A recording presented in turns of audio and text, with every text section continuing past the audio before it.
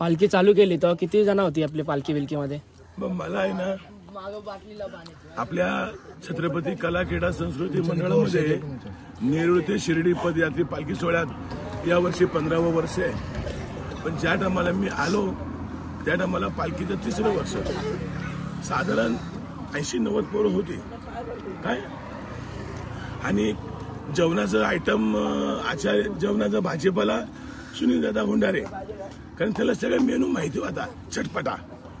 तो चालायचा नाही, तो गाडीमध्ये त्याचं काम होत होतं. तिची 92 गाडी तो आणायचा, बाकीचं आम्ही निघायचं. निघता मग दिलीपला भेटलं भाजीचं कॉन्ट्रॅक्ट, त्याच्या बी दिलं जेवणाचं आचारी, जसं आता पांडे बघतो आता. आणि बाकी बोला प्रश्न. तुम्हाला किती वर्ष झाली? 15 वर्ष झाली. तर तुमचा अनुभव काय काय आहे? अनुभव लई. पहिल्या वर्षी तर प्रसंग घडले का तुमच्यासोबत? प्रसन्न म्हणजे मी त्या टायमाला माझी बॉडी जास्ती होती, शरीराला त्रास झाला, रक्त पडायचं. ती कुठली लाल पावडर याची कॉन्ट्रॅक्ट का कॉन्ट्रॅक्ट मला नाव माहिती नव्हतं. आणि मी सर्वांच्या मागे राहायचं. माझ्या बरोबर 2 वर्ष विजय माने साहेब त्या साईंच्या जीवावरती वरच्या पोस्टला गेले. एकदा 2दा पडले बी रस्त्यामध्ये. आपला दीपक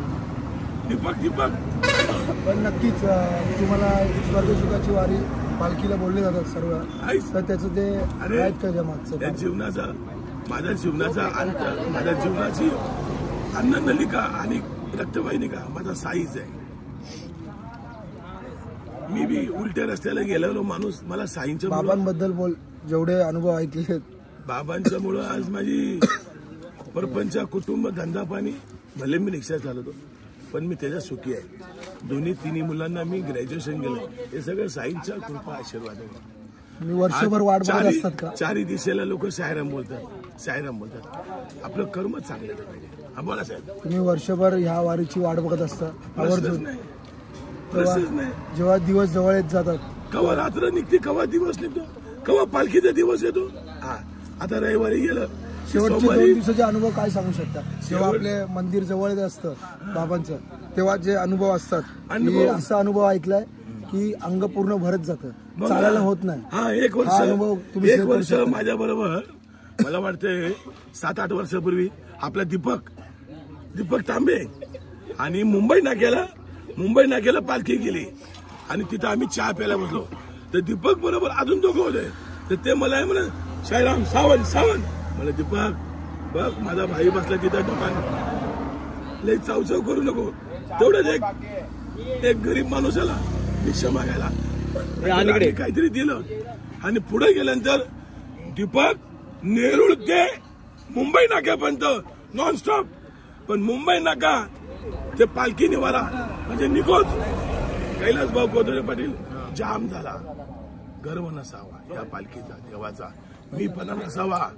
सर्व सारखे, पैसावाला असो या गरीब असो, देवापुढे सर्वच सारखे. सबका मालिक एकच आहे.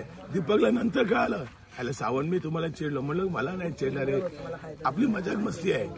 तो बी माझ्या डांबत होता. दीपक चालला, दीपक चालला. आपल्या मंडळाचा अनुभव, जी साई सेवा आणि साई सेवक जे आपले चालत असतात त्यांच्याबद्दल अनुभव. आता मी म्हणलं माझं मंडळ की तुम्ही म्हणलं सभासभ आहे.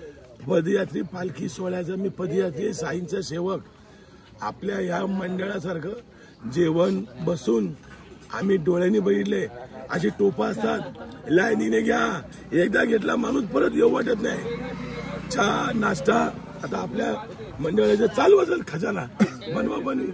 आणि आपले साईबाबा बसले क्षणभर विश्रांतीला, आपण बी बसलोय. गोटी सिन्नर रोडला, तर सिन्नर आहे 2-3 किलोमीटर. आणि आपला नाश्ता येणार दुसऱ्या पालखी शिवारात नाही. नाश्ता घे हो बाजू. आपल्या पालखीत जेवण वाढायला येतात. वाडकरी संपदक आहे, काही भजनी संपादक आहे. कीर्तन बी होतं, भजन बी होतं.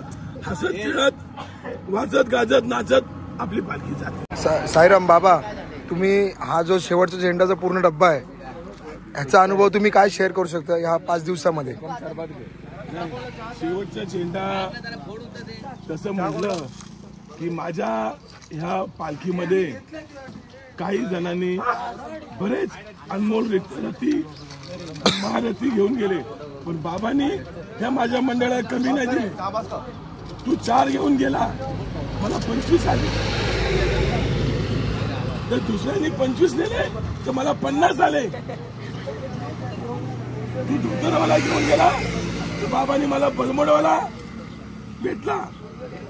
तू शेवटचा झेंडा घेऊन गेला तर शेवटचा झेंडा ती माझी पदयात्री भेटली. बाबा या मंडळाला कधीच कमी करून गेला, पण आम्हाला कोणाचं गर्व नाही. हसत खेळत वाजत गाजत 12 गावची 12 पोरं, पण ही सगळी 4 दिवसांनी निघाले नेरूळ ते पालखी सोहळ्यामध्ये. हा अनुभव आहे एवढ्या वर्षाचा. मला कोणाचं नाव घ्यायचं नाही. देवाचं कार्य आहे, देवाच्या कार्यात विटंबा नको. सर्व देवाला जाणार. तुकाराम महाराजची पालखी असो, माऊलींच्या असो, या स्वामी समर्थांच्या असो, त्या साईबाबा सर्वांचा चौक हा एकच आहे.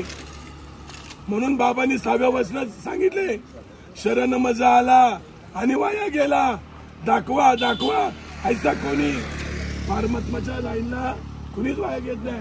म्हणून तो म्हणतो आपण सद्गुरू आला. सद्गुरू हा सद्गुरू कोणालाच वाईट करत नाही. तुमचं मन वाईट आहे, तुमचं मन तिथे ठेवा. आपण देवाला चाललो आज पाणी करून सर्व कंपनीला माहिती आहे हा मनुष्य जातो देवासाठी. सर्व आले कामधंदा सोडून, आई वडील सोडून, आपला आई बाबा बसलाय पालखीत. ओम. सर्व शेवटचा झेंडा आपले सावंत बाबा जे आपल्याला रोज सकाळ सकाळी उठवत असतात, त्याबद्दल तुम्ही काय बोलू शकता? माझ्या सर्व साई भक्तांना आणि पदयात्र्यांना मानाचा मुजरा. गेल्या 5 दिवसामध्ये मी तुम्हाला 3:30 वाजता 4 वाजता उठवतो. मी क्षमा मागतो, कारण मला साई म्हणतो या सर्वांना उठव, यांना संडासला आंघोळीला घेऊन जा, चहा बी पाच. आणि हे माझे साई भक्त सकाळी 7:30 नाश्त्याच्या अगोदर 15 किलोमीटर रनिंग कापतात. तर माझा आनंद होतो माझ्या मनाला. मला जर माझ्याकडून 5 दिवसात तुम्हाला उठवलं, अगर तुम्हाला राग आला असेल तर मला क्षमा असावी, ही माझी विनंती. ओम साईराम. तुम्हाला किती वर्ष झाले साईराम? 3 वर्षे कंटिन्यू चालतंय. आधी लागचे 2 दिवस आज 22 पासून. तुमचा कसा आहे एक्सपिरियन्स जरा सांगा आम्हाला. कसं वाटतं तुम्हाला चालताना? काय बाबा तुमची सेवा कसं करतात? जेवण वगैरे काय तुम्हाला? बघा, मी पहिल्या वर्षी चाललो त्या वर्षी मला असं वाटलं की हे अंतर मी कापू शकेल का नाही. मी सर्व बाबांवरती टाकलं. बाबा मला तुम्ही चालवा, मला चालत यायची इच्छा आहे. आणि तसं मला बाबांनी चालवलं. माझ्या पायाला खूप फोड पण आले होते. मी ते फोडाकडे दुर्लक्ष केलं. मी असं म्हणलं नाही की फोड आले आता मी गाडीत बसणार. मी चालत राहिलो, बाबांनी मला चालवलं. एका ठिकाणी म्हणजे हाच डोराळ्याचाच रस्ता, या डोळ्याच्या रस्त्याला मी चालत असताना अचानक माझ्या पायामध्ये कळ आली. मी जागेवरतीच बसलो. मला 2 मिनटं पण चालू शकत नाही अशी अवस्था होती. पण मी इथून साईबाबा पालखीपर्यंत चालत गेलो. हे मला आणि बाबांनाच माहिती की मी कसा चाललो. तो मोठा माझा अनुभव होता. त्याच्यानंतर कसारा घाट, जे पदयात्री होते की कसारा घाट खूप अवघड आहे, चालायचं कसं आणि एवढ्या कडक थंडीमध्ये कसा घाट पार करायचा, हे मला त्यांच्याकडनं कळालं की आपण कंटिन्यू कसं चालायचं आणि कुठे थांबायचं, ह्या पद्धतीने आपण कसं पार करू शकतो अंतर. हे त्याच्यामधून अनुभव एक वेगळाच होता. असे अनुभव भरपूर आले. पण पदयात्रा असा एक विषय आहे की जो करेल त्याला स्वर्गसुखाचा आनंद नक्कीच भेटेल. तुम्ही यांच्यासाठी काय बोलू शकता? आपल्यासाठी सेवा करतात, सेवा पाणी वगैरे आणून देतात आपल्याला. सेवेकरी जे आहेत ते वारंवार आपल्याला जिथे जिथे गरज आहे, जशी पाण्याची म्हणा किंवा चहाची किंवा नाश्त्याची, जिथे जिथे आपल्याला फळ फ्रूट पाहिजे, ज्यूस पाहिजे, त्या ठिकाणी त्यांनी चांगली सेवा केली आणि ते करतायत मनापासून. आणि कुठे असं वाटत नाही की आपल्याला इथे आपल्याला गरज आहे. आता जसं ह्याच पालखीचा अनुभव सांगतो. मला पाण्याची गरज होती. मी फक्त पाणी केलं, 2 मिनटाच्या आतमध्ये पाणी आलं. आता कसं आलं बाबांना माहिती, पण आलं. आणि हा व्यक्तीच होता माझ्या बाजूला, तेच पाणी घेऊन आला. फक्त मी नाव काढलं, मला पाणी पाहिजे, तेवढ्यात हा मागून आला, ऑन दाबला, पाणी. साईराम. आधीपासून आपलं साईराम असंच होतं का? म्हणजे आता बघा दुसऱ्या पालख्यांचं कसं जार घेऊन जातात टेम्पोमधून पाणी घेतात ते ग्लासमध्ये. आता आपली पालखी कसं गाडीवर आपल्याला बिसलेरे येतात. नाही पहिले 2 ते 3 वर्ष मे बी मला वाटतं की आपण नॉर्मलीच पाणी करायचो, पण कालांतराने असं जाणवलं की पाण्यामुळे लोकांना खूप त्रास होतो. मग त्याच्यानंतर मंडळाने निर्णय घेतला की आपण स्टार्ट टू एंड बिसलेरीत पाणी वापरायचं, आणि तेव्हापासून मग ते कंटिन्युटी आतापर्यंत चालू ठेवलेली आहे. म्हणजे एक उद्दिष्ट आहे की बाबा जर आपण ज्या पदयात्रेला घेऊन जातोय, जसं नेतोय तसं इथपर्यंत आणायचं. कुणाला इजा, कुणाला त्रास, कुणाला काही व्यत्यय आला नाही पाहिजे. तर हेच धोरण आहे मंडळात, आणि ते चांगल्यापणाने राबवत आहेत, त्याच्याबद्दल काही वाद नाही. आणि असे खूप अनुभव झालेले आहेत. भरपूर जणांना चालता पण ताप आलेला आहे. त्यावेळी पण जेव्हा मेडिसिन दिली त्यावेळी ती पदयात्री सुखरूप परत चालायला लागले. तो एक अनुभव होता. भले गोळी खाल्ल्या रूप येत नाही किंवा ताप जात नाही. आता माणसं विचारते पदयात्रेचा अनुभव सांगा, बरोबर आहे ना. पदयात्रेचा तुम्ही पण 7 दिवस चालताय, जो 7 दिवस आपल्याबरोबर चालेल तोच अनुभव शेअर करू शकतो. बोलून आपण सांगू शकत नाही की काय भेटतं. सिंपल एका वाक्यामध्ये सांगायचं झालं की तू 7 दिवस चाल, 361 दिवस बाबा तुला सेवा देते.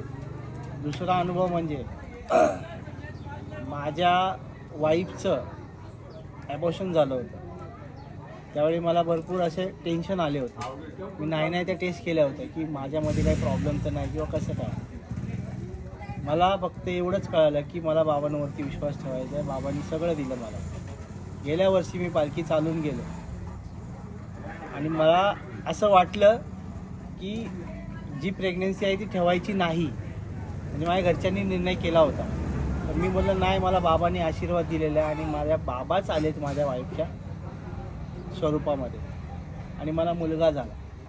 हा माझा अनुभव आहे ना, हा मलाच माहिती आहे. मी ॲबॉर्शन करायला जात होतो, पण मला माझ्या मुलाच्या रूपात मला बाबाच दिसले. आणि मला ऑपरेशन जेव्हा झालं, डिलेवरी झाली, तेव्हा मला सिस्टरनी सांगितलं होतं की तुम्हाला काय झालं आहे बघा. तेव्हा मी सिस्टरला बोललो, सिस्टर मला फक्त चेहरा दाखवा, मला माहिती आहे मला मुलगा झाला. त्या सिस्टर पण आश्चर्यचकित झाल्या होत्या त्यावेळी की तुम्हाला कसं काय माहिती, तुम्ही एवढा कॉन्फिडन्स कसा बोलू शकता, तुम्ही बघितलंच नाही आहे. मी त्यांना म्हणलो की मला माहिती आहे की मला मुलगा झालेला आहे, तुम्ही फक्त मला चेहरा दाखवा, मला बाळाचा चेहरा बघायचा. तेव्हा मग ते सगळ्या सिस्टर ज्या होत्या हॉस्पिटलमधल्या त्या बोलल्या की तुम्ही खरंच तुमचा एवढा विश्वास आहे. तर मी बोललो माझा विश्वास आहे हा मला पूर्णपणे माहिती आहे की मला जो आशीर्वाद द्यायचा आहे बाबांनी तो त्यावेळीच दिलेला. आणि जस्ट पदयात्रा करूनच घरी गेलतो त्यावेळी मला ही न्यूज आली कानावरती की प्रेग्नन्सी राहिली आहे. म्हणजे हा अनुभव आहे ना, खरंच हा मला माहिती आहे आणि माझ्या घरच्यांना माहिती आहे. खूप छान अनुभव आहे पदयात्रामध्ये. आणि आता इथून पुढे जोपर्यंत बाबा मला चालवतील तोपर्यंत मी चालणार. म्हणजे माझ्या श्वासात श्वास असेपर्यंत मला असं वाटलं की बाबा मला आता सेवा करायची, लोकांची सेवा तर मी आत्ता पण करतोय. तर मी या फील्डमध्ये आहे, मेडिकल लाईनमध्ये. ज्या ज्या लोकांना ज्या ज्या गोष्टी गरजेच्या आहेत त्या मी घेतलेल्या आहेत. त्यावेळी सगळ्यांना मी पुरवलेल्या आहेत आणि सगळे त्याबद्दल सुखरूप आणि हसून खेळून आहेत. त्याच्यामुळे मला पण असं वाटतं की चला काहीतरी हातभार आपला पण लागत आहे. आपल्याला त्यापासून काही नाही फायदा, पण आपल्याला बस लोकांचा आशीर्वाद भेटला ना तो खूप मोठा आशीर्वाद. आणि लोकांचे आशीर्वाद घेणं यापेक्षा सुख दुसरं कुठलं नाही, हे महत्त्वाचं. बोला ओम साईराम. ओम साईराम.